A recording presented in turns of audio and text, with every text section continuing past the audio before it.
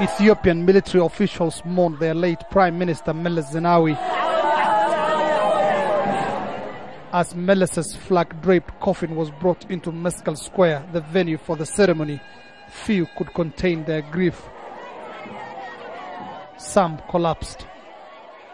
The coffin was accompanied by mourning relatives, including his widow Azeb Mesfin, seen here being comforted by officials.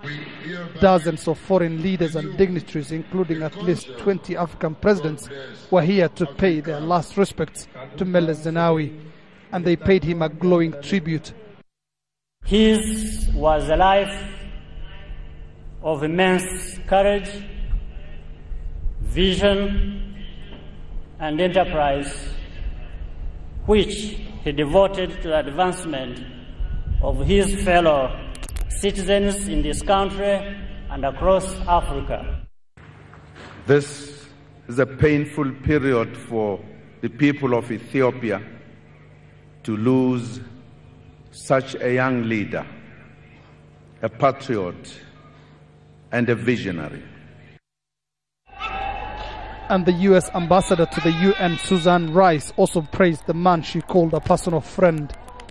In his children and in all children, Meles saw the promise of renewal and the power of hope.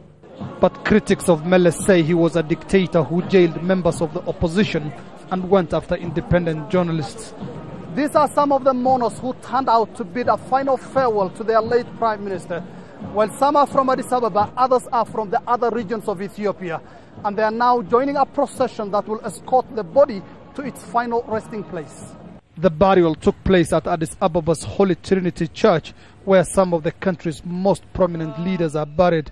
And with Meles's funeral over, attention will now turn to Ethiopia's future and the issue of who will succeed him. Analysts say his chosen successor, Haile Mariam Desalegn, will at best be a placeholder.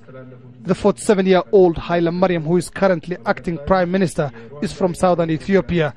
It's not clear if the old guard in the ruling party will allow him to keep the post after 2015, when the country holds its next election.